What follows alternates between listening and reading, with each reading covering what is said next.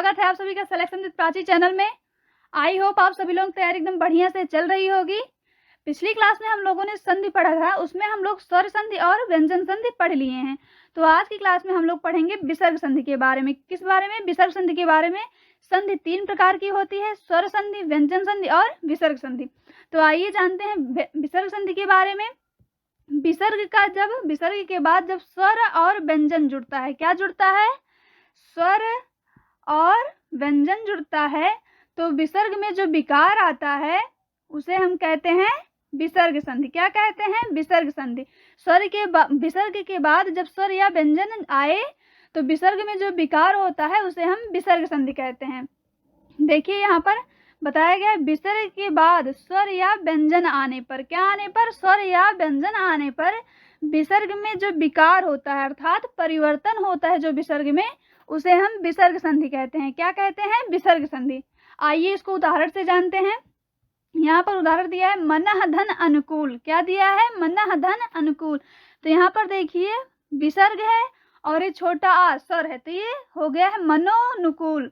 यहाँ पे विसर्ग और स्वर का ओ में परिवर्तन हो गया है। किसमें हो गया है?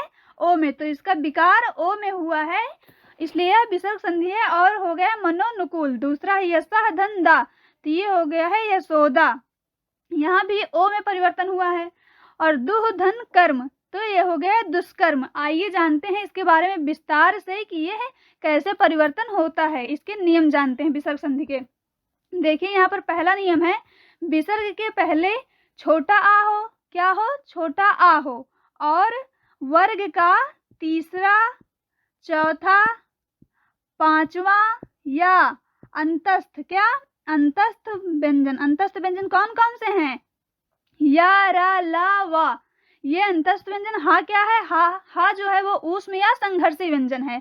या हा हो और तो जो है वो परिवर्तित हो जाता है विसर्ग का, छोटा आ का परिवर्तन हो जाता है ओ में। किसमें हो जाता है? ओ में। देखिए यहाँ पर विसर्ग के पहले छोटा आ हो और वर्ग का तीसरा, चौथा, पांचवा वर्ड हो या, रा, ला, वा हो। या, रा, ला, वा क्या है? अंतस्थ व्यंजन। और हा हो तो छोटा आ और विसर्ग का ओ हो जाता है। किसमें परिवर्तन हो जाता है? ओ में हो जाता है। आइए इसको उदाहरण से जानते हैं। देखिए यहाँ पर उदाहरण दिया मनः धन योग। मनः धन योग, तो देखिए यहाँ पर विसर्ग है और व्यंजन। विसर्ग है और व्यंजन, तो यहाँ पे छोटा आ और विसर्ग का हो गया है ओ। किसमें परिवर्तन हो गया है? ओ में। तो ये हो गया है मनोयोग। अब देखिए यहाँ पर यशः धन गान, यहाँ भी इसका विसर्ग का परिवर्तन हो गया है ओ में। किसमें? ओ में। तो ये हो गया है यशो गान। क्या हो गया है? यशो गान। अब यहाँ पर देखिए है तपह धन बल। क्या है? तपह धन बल, तो ये हो गया है तपोबल। यहाँ भी इसका परिवर्तन किसमें हुआ है? ओ में। अगला है मनः धन रम। क्या है? मनः धन रम। यहाँ पे विसर्ग का परिवर्तन किसमें हुआ है? मनोरम, ओ में। किसमें हुआ परिवर्तन? ओ में, मनोरम। अगला है अधा धन गति, तो ये हो गया है अधोगति। इसका परिवर्तन किसमें हुआ है? ओ में। विसर्ग का छोटा और विसर्ग का परिवर्तन किसमें हो जाता है? ओ में। तो ये हो गया है अधोगति। आइए जानते हैं इसका नियम नंबर दूसरा। देखिए दूसरा नियम है विसर्ग का, यदि विसर्ग के पहले छोटी ई बड़ी, छोटा ऊ बड़ा ऊ हो और विसर्ग के बाद वर्ग का तीसरा, चौथा, पांचवा वर्ड हो। कौन सा? तीसरा, चौथा, पांचवा वर्ड हो। या अंतस्थ। अंतस्थ में क्या आ जाएगा? अंतस्थ में आएगा या, रा, ला, वा। क्या आएगा? या, रा, ला, वा। अंतस्थ तथा हा हो। क्या हो? हा। या कोई स्वर हो, तो विसर्ग का परिवर्तन किसमें हो जाता है? रा में। किसमें? रा में। एक बार फिर से जानिए, यदि विसर्ग के पहले छोटी बड़ी, छोटा ऊ बड़ा ऊ हो और विसर्ग के बाद, विसर्ग के पहले मतलब यहाँ पर जो हो छोटी बड़ी, छोटा ऊ बड़ा ऊ हो और विसर्ग के बाद वर्ग का तीसरा, चौथा, पांचवा वर्ड या अंतस्थ व्यंजन या हा तथा कोई स्वर हो, तो विसर्ग का रा में परिवर्तन हो जाता है। किसमें परिवर्तन हो जाता है? रा में। आइए इसको उदाहरण से जानते हैं। देखिए यहाँ पर है दुह धन उपयोग, तो देखिए ये विसर्ग है और विसर्ग के पहले क्या है? छोटा ऊ। छोटा ऊ है, तो ये विसर्ग धन ऊ क्या है? स्वर। क्या है ये देखिए स्वर, तो ये हो गया है रा में इसका परिवर्तन हो गया है दुरुपयोग। अगला है निधन गुड़। अब यहाँ पे विसर्ग के पहले क्या है, छोटी ई, और यहाँ पे विसर्ग के बाद है बड़ा ऊ। बड़ा ऊ क्या है, स्वर है, तो ये हो गया है इसका परिवर्तन रा में हो गया, तो ये हो गया है निर्गुण। अगला है निधन अंतर। अब नि यहाँ विसर्ग के पहले भी क्या है, छोटी ई, और ये अंतर क्या है, छोटा आ, स्वर है, तो ये इसका परिवर्तन रा में हो गया है निरंतर। अगला है दुहधन जन। तो देखिए विसर्ग के पहले क्या है, छोटा ऊ, और जन ये छोटा आ या व्यंजन दोनों है। यहाँ पर जन में छोटा आ होगा तो ये हो जाएगा आर में रा में परिवर्तन, तो ये हो जाएगा दुर्जन। क्या हो जाएगा, दुर्जन। और अगला है रतिधन मुख। अब विसर्ग के पहले यहाँ पर क्या है, छोटी ई, और यहाँ पर छोटा ऊ क्या है, स्वर, तो ये रा में परिवर्तन हो गया, क्या है, रतिर्मुख। क्या है, रतिर्मुख। आइए जानते हैं इसका नियम नंबर 3 की। नियम नंबर 3 क्या कहता है, देखिए इसका तीसरा नियम है, विसर्ग के बाद चा छा हो तो विसर्ग का सा, तथा टा ठा हो तो सा, और ता था हो तो वह सा में हो जाता है। जब चा छा होगा तो विसर्ग का सा में परिवर्तन हो जाएगा, और टा ठा होगा तो इस सा में परिवर्तन हो जाएगा, और ता था में होगा तो सा में परिवर्तन हो जाएगा। किस में हो जाएगा, सा में। यहाँ पर सा का आप लोग विशेष रूप से ध्यान दीजिएगा। आइए इसको उदाहरण से जानते हैं। देखिए उदाहरण दिया गया है, निधन छल। तो छा क्या है, चा छा होगा तो कौन सा सा होगा, ये वाला सा होगा। कौन सा, ये वाला, तो ये हो गया है निश्चल। क्या है, निश्चल। ये विसर्ग और छा हो जाएगा निश्चल। यहाँ भी देखिए निधन चल, तो यहाँ पे ये वाले सा में परिवर्तन हो गया तो हो गया है निश्चल। अब देखिए अगला है मनहधन ताप। जब ता था होगा तो सा में परिवर्तन होगा। किसमें होगा, सा में परिवर्तन होगा। अब यहाँ मनहधन ताप है तो हो जाएगा मनस्ताप। अगला है निधन ठुर। और जब टा ठा होगा तो षटकोण वाले सा में परिवर्तन होगा, तो ये हो जाएगा निष्ठुर। क्या हो जाएगा, निष्ठुर। दुहधन चरित्र, चाछा है तो सा में परिवर्तन होगा। किसमें, इस वाले सा में परिवर्तन होगा, तो ये हो जाएगा दुष्चरित्र। क्या हो जाएगा, दुष्चरित्र। आइए जानते हैं विसर्ग का चौथा नियम। देखिए विसर्ग का चौथा नियम ये है, छोटा आ या बड़ा आ के बाद विसर्ग आए। छोटा आ या बड़ा आ के बाद विसर्ग आए, तथा विसर्ग के बाद छोटा आ को छोड़कर अन्य स्वर हों। विसर्ग के छोटा आ बड़ा के बाद, मतलब विसर्ग के पहले तो छोटा आ बड़ा आए, लेकिन विसर्ग के बाद छोटा आ को छोड़कर कोई अन्य स्वर हो तो विसर्ग का लोप हो जाता है। क्या हो जाता है, विसर्ग का लोप, अर्थात वहां से विसर्ग हट जाता है। आइए उसको उदाहरण से जानते हैं। देखिए अतः धन एव। अब यहाँ पे विसर्ग के पहले क्या है, छोटा आ, तो यहाँ पे, और इसके बाद विसर्ग के बाद देखिए छोटा आ को छोड़कर अन्य स्वर, तो ए क्या है, स्वर है, तो ये विसर्ग का यहाँ पे लोप हो गया और वैसे ही लिख लिया गया। क्या हो जाएगा, अतएव। अगला है मनहधन उच्छेद। अब देखिए यहाँ पर विसर्ग के पहले छोटा आ है और विसर्ग के बाद भी स्वर है, लेकिन वह छोटा और बड़ा छोटा आ को छोड़ करती हो जाएगा मन उच्छेद। यहाँ पे विसर्ग हट जाएगा, इसका ज्यों का त्यों ही लिख लेंगे विसर्ग का लोप करके। आइए जानते हैं नियम नंबर 5। देखिए विसर्ग का 5वां नियम है, बड़ा आ के बाद विसर्ग आए। किसके बाद, बड़ा आ के बाद विसर्ग आए, तथा विसर्ग के बाद का या पा हो।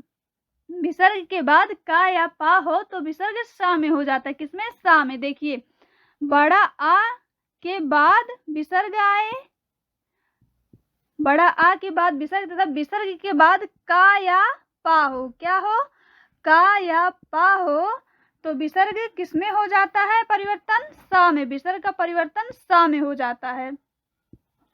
आइए जानते हैं इसको उदाहरण से। देखिए यहाँ पर नमःधन कार। क्या है, नमःधन कार। तो यहाँ देखिए विसर्ग और का है तो इसका परिवर्तन हो गया है नमस्कार। किसमें हो गया, नमस्कार।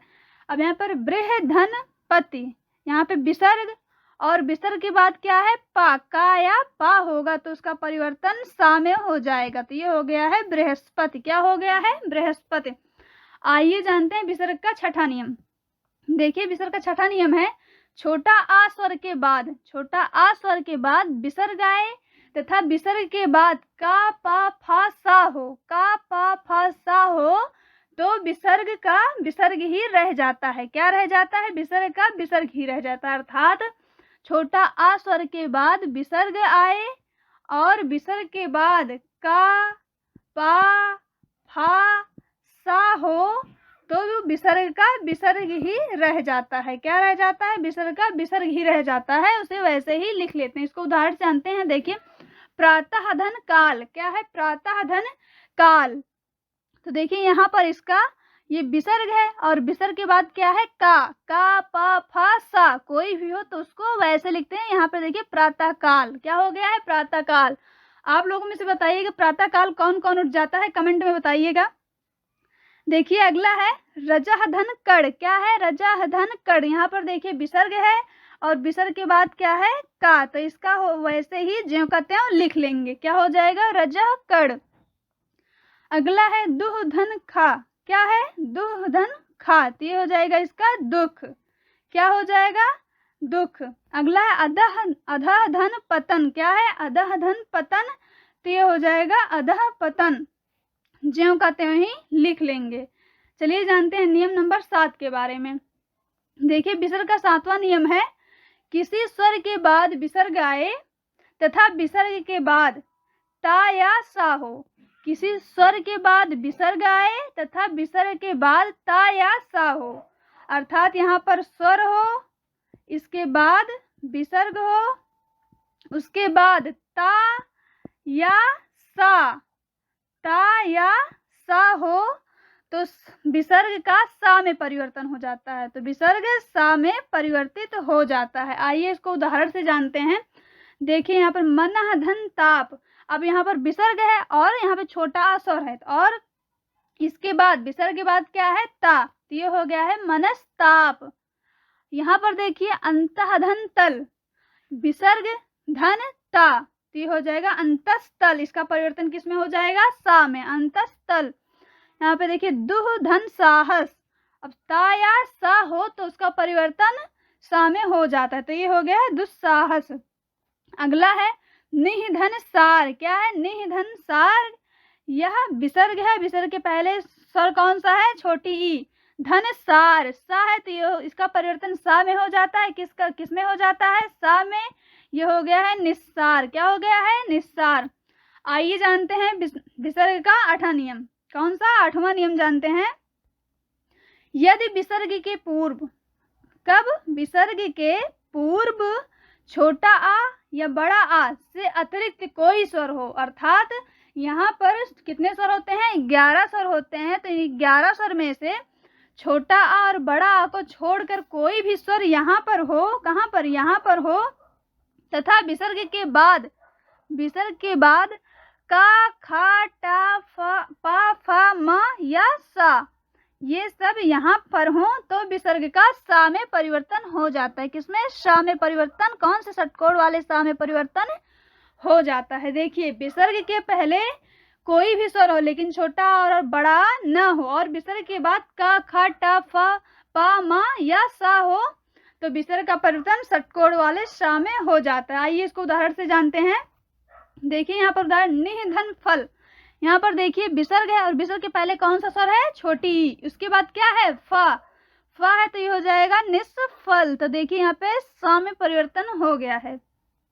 अगला है रामाधन षष्ठ। क्या है? रामाधन षष्ठ।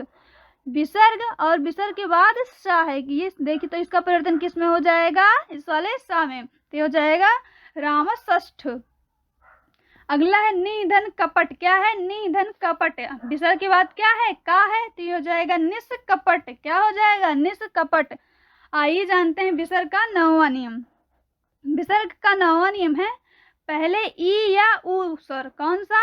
ई या उ स्वर और विसर्ग और धन सामने रा हो। क्या हो? रा। देखिए इसको ऐसे जानते हैं, ई या उ स्वर और विसर्ग हो और विसर्ग के बाद रा हो तो विसर्ग के पूर्व के स्वर का लोप हो जाता है। विसर्ग के पूर्व के स्वर का लोप हो जाता है और वह दीर्घ में परिवर्तित हो जाता है। किसमें?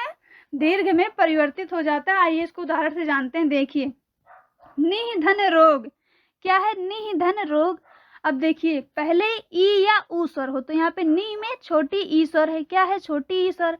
उसके बाद क्या है, विसर्ग है, और धन क्या है, रा है, क्या है, रा है। तो क्या कह रहा है, रा हो तो विसर्ग के पूर्व के स्वर का, विसर्ग के पूर्व कौन सा स्वर है, छोटी ई का लोप हो जाता है, लेकिन वह स्वर दीर्घ में परिवर्तित हो जाता है। किसमें, दीर्घ में परिवर्तित हो जाता है। तो देखिए यहाँ पे क्या हो गया है, निरोग। क्या हो गया, निरोग। यहाँ पे बड़ी ई की मात्रा लग गई है, अर्थात तो छोटी ई दीर्घ में परिवर्तित होगी। छोटी ई का दीर्घ क्या है, बड़ी ई। अगला है दुह धन राज। तो देखिए छोटा ऊ स्वर है और विसर्ग है और धन राज रा है, तो इसका भी परिवर्तन, इसके छोटा ऊ का दीर्घ क्या हो जाएगा, बड़ा ऊ में परिवर्तन हो गया, ये हो गया है दुराज। क्या हो गया है, दुराज। अगला उदाहरण है निधन रस। क्या है, निधन रस। अब इसमें विसर्ग के पहले छोटी ई स्वर और विसर्ग के बाद क्या है, रा, तो छोटी ई का दीर्घ क्या हो जाएगा, बड़ी ई। तो छोटी ई का दीर्घ में परिवर्तन होके बड़ी ई हो जाता है, हो जाएगा नीरस। क्या हो जाएगा, नीरस। अगला है दुह धन रस्त। क्या है, दुह धन रस्त। अब दू में क्या है, छोटा ऊ स्वर है और उसके बाद विसर्ग है। धन रा, तो छोटा ऊ का बड़ा ऊ में परिवर्तन हो जाएगा, छोटा ऊ का दीर्घ होता है बड़ा ऊ, तो ये हो जाएगा दूरस्थ। क्या हो जाएगा, दूरस्थ। ये विसर्ग के 9 नियम हैं। आप लोग, आई होप आप लोगों को समझ में आया होगा। आज की क्लास में इतना ही, मिलते हैं आप लोगों से नेक्स्ट क्लास में। तब तक वीडियो को आखिरी तक देखिएगा और अगर कुछ भी डाउट हो तो कमेंट सेक्शन में आप लोग पूछ सकते हैं। आज की क्लास में इतना ही, और वीडियो अच्छा लगेगा तो वीडियो को लाइक और शेयर कीजिएगा, चैनल को सब्सक्राइब कीजिएगा। तब तक के लिए वीडियो देखते रहिए और अपनी तैयारी करते रहिए। बहुत बहुत धन्यवाद आप लोगों का।